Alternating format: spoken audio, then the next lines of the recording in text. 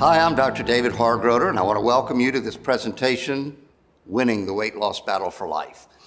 Now, I mentioned that you can't take it anymore and you start eating and you eat normally.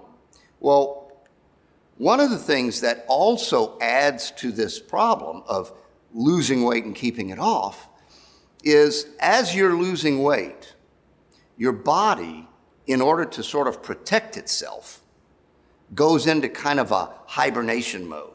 The metabolism is slowing down in order to protect itself. So when you eat less, your body perceives this famine, if you will, this starvation potential. And in order to protect itself, it slows down its metabolism. So as you lose weight, your metabolism is getting lower and lower. So let's just say for a minute that normally on any given day, you would burn 2,000 calories just sitting on the couch. You go on a diet, and in order to lose weight, you have to eat less than 2,000 calories, right? Because that's the way diets work. You got to eat less, take in less energy than you burn. So you get on this diet and you eat maybe 1,800 calories a day, and after a month, you've lost 5 or 10 pounds. But now, your metabolism has slowed down, so now sitting on the couch, you're only burning 1,800 calories. So guess what? Now you have to eat 1,600 calories a day if you want to lose weight. Another month goes by, you lose more weight, your metabolism slows down, you have to eat even less. So while your ghrelin levels are getting higher and higher, making you more and more hungry, your metabolism is slowing down, making it necessary that you eat less and less food in order to continue losing weight.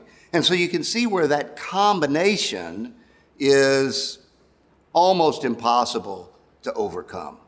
So what can we do about it? I mean, this seems to be a pretty frustrating situation to be in. Well, of course, the first bit of advice we give to anyone trying to lose weight is a good, healthy diet and some sort of an exercise program. And I don't want to discount that because even after weight loss surgery, for example, we're still going to recommend a good, healthy diet and some sort of an exercise program. The problem is if you're someone that's 100 pounds overweight, we know that the likelihood that you're going to succeed at losing that 100 pounds and keeping it off for any prolonged period of time is very, very slim, less than 5% chance that that would occur. As a matter of fact, they've done studies where they followed doctors who specialized in weight loss medicine.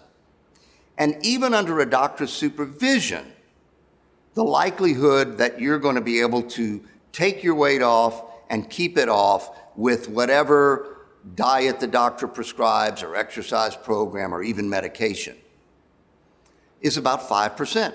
If you follow those patients in that doctor's office for a period of 2 years, about 90% of them will weigh the same weight at the end of 2 years that they did when they first presented. Now, they may have lost 10, 20, even 50 pounds somewhere in that 2-year period, but at the end of 2 years, 90% of them are going to weigh the same as they did when they first presented. Follow those patients out 5 years, and it's about 95%. So another way of saying that is the medical management of obesity has about a 95% failure rate at achieving long-term weight loss. So that doesn't seem very good. Well, the next step, surgical management.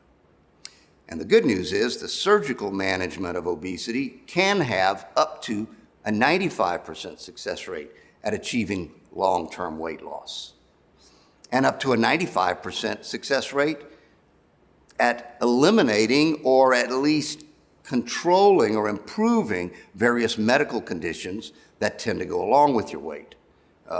Things like diabetes and high blood pressure and sleep apnea, etc. Now, the problem is there are lots of different weight loss surgeries, and some of them are very good, some of them not so good. And so if this is something you're considering, it really is important to look at all the different options. And so I want to just sort of run through a very brief explanation of the different types of surgeries that are available today. And they could basically be divided into 3 categories. There's the malabsorptive only category, the the restrictive only category, and a combination of the two. Now, malabsorptive, that's kind of a big word. Where does that come from?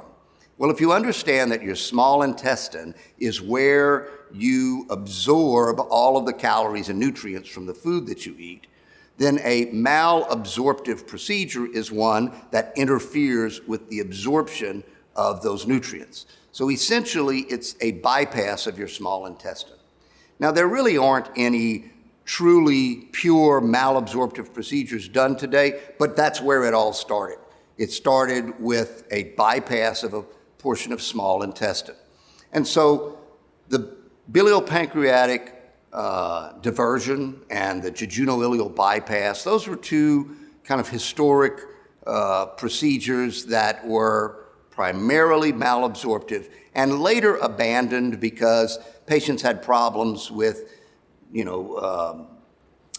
protein malnutrition, vitamin and mineral deficiencies, et cetera. And so because there were bad experiences with the malabsorptive procedures, the pendulum sort of swung in the other direction. And we decided, you know what, maybe bypassing the small intestine isn't such a good idea. Let's just restrict the size of the stomach so that patients can't eat as much. And so back in the 80s, the vertical banded gastroplasty was very popular. Today, we see the gastric sleeve, the adjustable gastric band. Now, these procedures seem to work pretty well early on, at least certainly in the first few years to 5 years. Patients lose weight. The only problem with these procedures is that, as a general rule, wait long enough, 5 years or so, and you'll start gaining your weight back, and all of the comorbidities that you used to have will start creeping back in as well. Now, probably the more popular operations today are those that combine both a restrictive and a malabsorptive component.